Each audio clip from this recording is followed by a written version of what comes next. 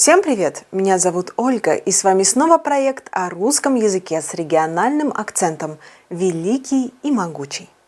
Сегодня мы познакомимся еще с одной частью речи – числительным.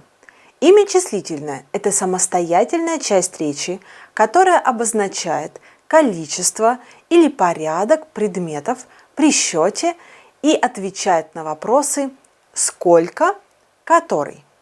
По значению и грамматическим признакам числительные делятся на количественные, например, 10, 2, 30, и порядковые – 10, 2, 30, а также собирательные – оба, двое, пятеро. По структуре числительные бывают простые, которые имеют один корень – 2, 100, сложные, имеющие два корня – 50, 80.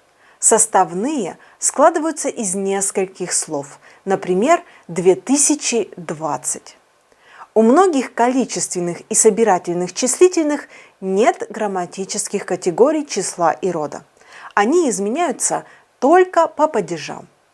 Количественное числительное «один» изменяется по родам, числам и падежам.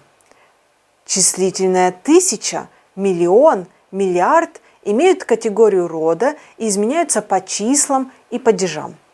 Порядковые числительные по грамматической форме напоминают прилагательные и изменяются по родам, числам и падежам. Первый урок, первая страница, первое блюдо, первые минуты. Начальная форма числительного – именительный падеж. Морфологические признаки имени числительного – лексико-грамматический разряд, например, количественное, собирательное, порядковое. Разряд по структуре – это простое, сложное, составное.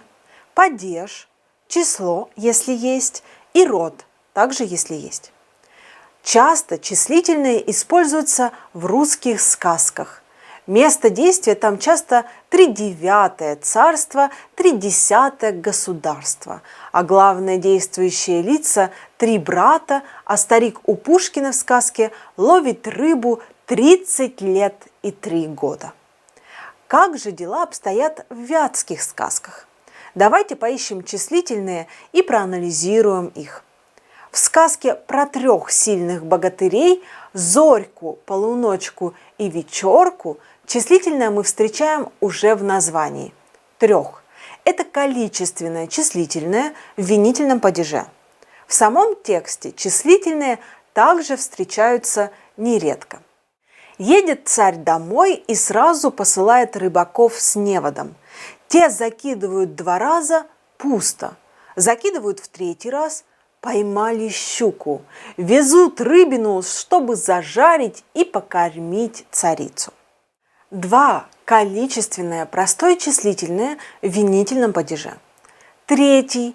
Порядковое простое винительный падеж. Единственное число – мужской род. В богатырской сказке мы встречаем следующие строки. «Кто это у вас так красиво поет?» «Одна красавица», – сказал старичок и замолчал. «Ну ладно, ночь пошла». Поблагодарил громобой хозяина за ночлег и поехал дальше. 2-й день ехал и не мог доехать до Киева. Стемнело. Привязал коня к дереву Витязь и лег спать. Утром просыпается и видит того самого старичка, у которого оставался на ночлег намедни. Здесь нам встречаются числительные «одна» и «второй». «Одна» – количественное числительное, простое, единственное число, женский род, именительный падеж. 2. Порядковое числительное, простое, единственное число, мужской род, винительный падеж. В этой же сказке чуть позднее нам встречаются еще 2 числительных. Попробуйте найти их самостоятельно, поставив видео на паузу. Колдунья пообещала, что спрячет девушку в стену на 300 лет. А кто вызволит ее оттуда, через 12 лет отдаст душу дьяволу. 300 – количественное числительное, сложное, так как состоит из 2 корней – винительный падеж. 12 количественное, числительное, сложное, винительный падеж. В сказке о царе и его славной дочери Марусе мы уже в самом начале встречаем числительное. В некотором царстве, в некотором государстве, не в том, в котором мы живем, а за 3-9 земель жил-был царь со своей женой. У них была красавица-дочь Маруся. За ней ухаживали царские слуги, а галантному политесу учили на дому иностранные учителя. И вот исполнилось ей 18 лет. Пришла она однажды к своему отцу, к батюшке-царю, и говорит: «Папа, отпустите меня погулять в тот сад, что находится на берегу моря». Но царь ей разрешил, но следом послал верного слугу, который за ней всегда следил и ухаживал. 3-9 – это вымышленное числительное, у которого все же можно определить некоторые из тех признаков, о которых мы уже говорили. Количественное числительное, сложное, творительный падеж.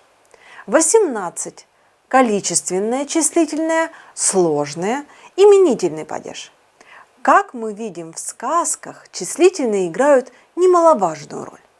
Поэтому вашим домашним заданием будет попробовать себя в роли писателя и сочинить небольшую сказку, в которой будут использоваться числительные. Публикуйте свои работы в любом формате, текст, видео, аудио, с хэштегами «Великий и могучий РФ», «Великий и могучий Вятка», «High and Mighty». За каждую работу мы высылаем в подарок пазл в онлайн-формате и сообщения с пояснениями по работе. При выполнении минимум 10 домашних заданий по нашим урокам вы получаете диплом участника проекта. Встретимся на следующем уроке.